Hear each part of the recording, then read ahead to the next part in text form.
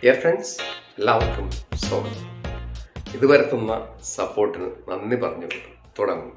അപ്പോൾ ഇനിയും ഈ വീഡിയോ ഇഷ്ടപ്പെട്ടെങ്കിൽ സപ്പോർട്ട് ചെയ്യുക, സബ്സ്ക്രൈബ് ചെയ്യുക, ലൈക്ക് ചെയ്യുക. ഓക്കെ, നമുക്ക് തുടങ്ങാം. അപ്പോൾ ഇന്ന് നമ്മൾ ഡിസ്കസ് ചെയ്യാൻ പോകുന്നത് സെൻറ്റൻസിൻ്റെ സ്ട്രക്ചർ. സെൻറ്റൻസിൻ്റെ സ്ട്രക്ചർ എന്ന് പറഞ്ഞുകൊണ്ട് ഒരുപാടൊന്നും പേടിക്കേണ്ട, വളരെ സിമ്പിളാണ്. എന്താണ് നമുക്ക് നോക്കാം. SVO, subject verb object. ഇതാണ് സെൻറ്റൻസിൻ്റെ സ്ട്രക്ചർ. ഇത് തന്നെയാണ് എല്ലാ സെൻറ്റൻസിലും പ്രയോഗിക്കുന്നത്. അതിനകത്ത് ഈ വെർബിനോട് ചേർന്ന് ഈസ്, വാസ്, വില്ല് അങ്ങനെയൊക്കെ കയറി വരും. അതവിടെ നിൽക്കട്ടെ. ഇതാണ് ബേസിക് സ്ട്രക്ചർ. അപ്പോൾ ആദ്യത്തെ സെൻറ്റൻസിലേക്ക് നമുക്ക് പോകാം. I send a message to her. Send എന്ന് വെച്ചാൽ അയക്കുക. മെസ്സേജ് നമുക്കറിയാം. ഐ സെൻഡ്, അപ്പം ഐ ആണ് സബ്ജക്റ്റ്. പിന്നെ സെൻഡ് അയക്കുക, അയക്കുന്നു.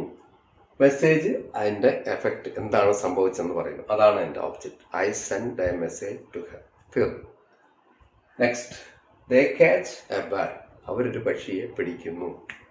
ഇതിപ്പോഴാവാം, തുടർച്ചയായിട്ട് നമ്മൾ മാസത്തിലൊരിക്കലാവാം, അല്ലെങ്കിൽ വർഷത്തിലൊരിക്കലാവാം, അങ്ങനെയൊക്കെ ആവാം. സ്ഥിരമായിട്ട് ചെയ്യുന്ന ഒരു പ്രവൃത്തിയിലെ ഒരു സ്റ്റേറ്റ്മെൻറ്റാണ് ദേ ക്യാച്ച് എ ബേർഡ്. ഇതാണ് ആ സെൻറ്റൻസ്. അപ്പോൾ അവിടെയും നമ്മൾ നോക്കുക, സബ്ജക്റ്റ്, വെർബ്, ക്യാച്ച്, പിന്നെ ഓബ്ജക്റ്റ്.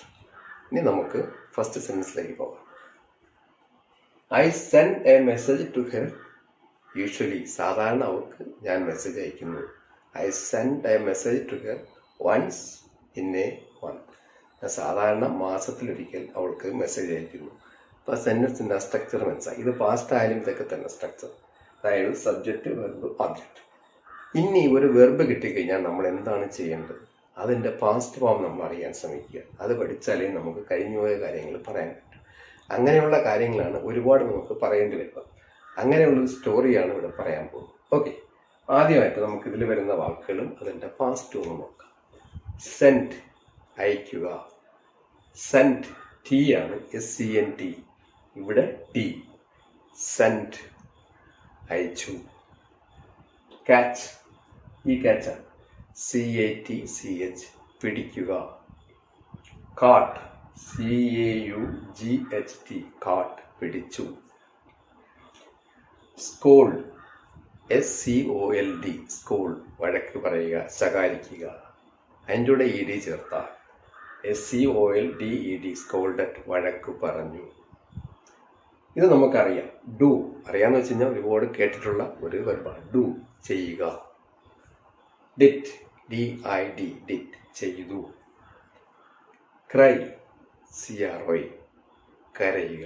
ക്രൈഡ്, CRIED, ആ ഒയ് മാറി ഇങ്ങനെയായി വരും, IED എന്ന് മാറും. CRIED, cried.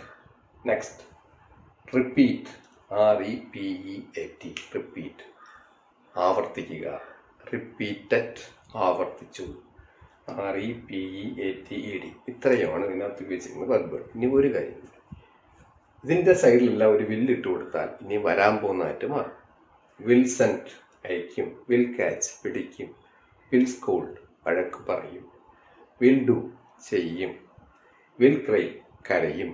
വിൽ റിപ്പീറ്റ് ചെയ്യും. ഇങ്ങനെ വരും. അപ്പോൾ വില്ല് ഇട്ട് കൊടുത്താൽ ഇനി വരാൻ പോകുന്നതായിട്ട് മാറും. അപ്പോൾ ഇത് ഇത്രയും മനസ്സിലായല്ലോ. ഇനി നമുക്ക് ഈ സ്റ്റോറിയിലേക്ക് കിടക്കാം. ഇതേപോലുള്ള സ്റ്റോറികൾ നിങ്ങൾക്കും പറയാൻ പറ്റും. അതാണ് എൻ്റെ ഉദ്ദേശം. ഇത് വെറും പാസ്റ്റ് മാത്രമാണ് ഇതിനകത്ത് ഉപയോഗിച്ചിരിക്കുന്നത്. Actually this is A cooked up story. Cooked up story എന്ന് വെച്ച് കഴിഞ്ഞാൽ സൃഷ്ടിച്ച സ്റ്റോറി, ഒന്നും ഉണ്ടാക്കിയ story.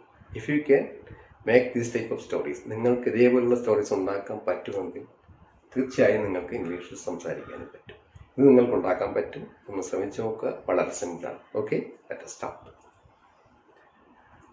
I sent a WhatsApp message to her yesterday. SENT, അയച്ചു. I sent a WhatsApp message to her yesterday. ഇന്നലെ അവൾക്ക് ഞാനൊരു വാട്സാപ്പ് മെസ്സേജ് അയച്ചു. And I got a reply. എന്നിട്ട് എനിക്കൊരു മറുപടിയും കിട്ടി. And I received a reply എന്ന് പറഞ്ഞാലും ശരിയാണ്. ഞാൻ ഒരു റിപ്ലൈ സ്വീകരിച്ചു. I got, കിട്ടി. ഗെറ്റ്, കിട്ടുക. ഗോട്ട്, കിട്ടി. I received a reply അല്ലെങ്കിൽ I got a reply. But ഇത് സംഭവിച്ചു. But her father caught her red-handed. പക്ഷേ ഇത് അവളുടെ അച്ഛൻ കൈയോടെ പിടിച്ചു. ഈ റെഡ് ഹാൻഡ് എന്ന് വെച്ച് കഴിഞ്ഞാൽ കൈയോടെ പിടിക്കുക, തൊണ്ടിയോടെ പിടിക്കുക എന്നൊക്കെ പറയും. പോലീസ് ഒരു കള്ളനെ പിടിക്കുമ്പോഴും ഈ വാക്ക് നമ്മൾ ഉപയോഗിക്കും. But her father caught her red-handed. കൈയോടെ പിടിച്ചു. പിന്നെന്തായിരിക്കും സംഭവിച്ചത് നമുക്കൊന്ന് ആലോചിച്ചു. ആൻഡ് സ്കോൾഡഡ്, കൈയോടെ പിടിച്ചു, എന്നിട്ട് വഴക്ക് പറഞ്ഞു. സ്കോൾഡഡ്, SCOLDED, സ്കോൾഡഡ്, വഴക്ക് പറഞ്ഞു. ഷീ ക്രൈഡ് ആൻഡ് സെഡ്, അങ്ങനെ ആയിരിക്കുമല്ലോ സംഭവിക്കുന്നത്. അവൾ കരഞ്ഞു. CRIED, cried and said. I will not repeat it. ഞാനിത് ആവർത്തിക്കില്ല. I will not do it again എന്നും പറയാം. I will not repeat it, ഞാനത് ആവർത്തിക്കില്ല. വിൽ റിപ്പീറ്റ് എന്ന് വെച്ച് കഴിഞ്ഞാൽ ആവർത്തിക്കും. വിൽ നോട്ട് റിപ്പീറ്റ് എന്ന് വെച്ച് കഴിഞ്ഞാൽ ഇനി ചെയ്യില്ല. വിൽ നോട്ട് റിപ്പീറ്റ് ഇറ്റ്, ശ്രദ്ധിക്കുക. ബട്ട് ഷീ റിപ്പീറ്റഡ് ഇറ്റ്, എന്നാൽ അവളത് ആവർത്തിച്ചു. But she did it again, അവളത് വീണ്ടും ചെയ്തു. ചെയ്തു. യൂസിങ് ടെലഗ്രാഫ്, എങ്ങനെയാണ് ചെയ്തത്? ടെലഗ്രാം ഉപയോഗിച്ച്. അപ്പോൾ വാട്സാപ്പ് വിട്ടു, ടെലഗ്രാമിൽ പിടിച്ചു. ടെലഗ്രാം അറിയാമല്ലോ നമുക്കെല്ലാവർക്കും. ടെലഗ്രാം ആപ്പ്, വാട്സാപ്പ് പോലെയുള്ള മറ്റൊരു മെസ്സേജിങ് ആപ്പാണ് Telegram. Her father was not familiar with the telegram. ടെലഗ്രാമുമായിട്ട് അവളുടെ അച്ഛന് ഒരു പിടുത്തവുമില്ലായിരുന്നു, ഒരു പരിചയമില്ലായിരുന്നു. അതാണ് ഫെമിലിയർ, അതായത് ഒരു പരിചയം ഉണ്ടാവുകയാണ് ഫെമിലിയർ എന്ന് പറയുന്നത്. FAMILIAR, familiar. Her father was not familiar with telegram. ടെലഗ്രാമുമായിട്ട് അവളുടെ അച്ഛന് ഒരു പരിചയമില്ലായിരുന്നു. അപ്പം എന്ത് സംഭവിച്ചു? So he could not find it. അതുകൊണ്ട് അദ്ദേഹത്തിന് അത് കണ്ടുപിടിക്കാൻ കഴിഞ്ഞില്ല. പിന്നെ എന്തായിരിക്കും സംഭവിച്ചത്? അവൾ സ്ഥിരമായിട്ട് അവരങ്ങോട്ടും ഇങ്ങോട്ടും മെസ്സേജ് അയക്കുകയും ഒക്കെ ചെയ്തുകൊണ്ടിരുന്നിട്ടുണ്ട്. അതാണ് സ്റ്റോറി. അപ്പോൾ this is A cooked up story. ഇതൊരു എന്താണ്, ഫ്രെയിം ചെയ്ത സ്റ്റോറിയാണ്. അപ്പോൾ വാക്കുകൂടെ അറിഞ്ഞിരിക്കുക. Cooked up, COOKEDUP, cooked up story. ഇത് നമ്മൾ ഉണ്ടാക്കിയ സ്റ്റോറി. അപ്പോൾ ഇതേപോലത്തെ സ്റ്റോറികൾ ഒന്നുണ്ടാക്കുക, പറയുക, വീണ്ടും വീണ്ടും പറയുക. അങ്ങനെ നമ്മൾ ഇംഗ്ലീഷ് ഗ്രാജുവലി നമ്മൾ ഉയർത്തിക്കൊണ്ടുവരിക. ഓക്കെ, ഇഷ്ടപ്പെട്ടെങ്കിൽ സബ്സ്ക്രൈബ് ചെയ്യുക, സപ്പോർട്ട് ചെയ്യുക. This is Sreekumar signing.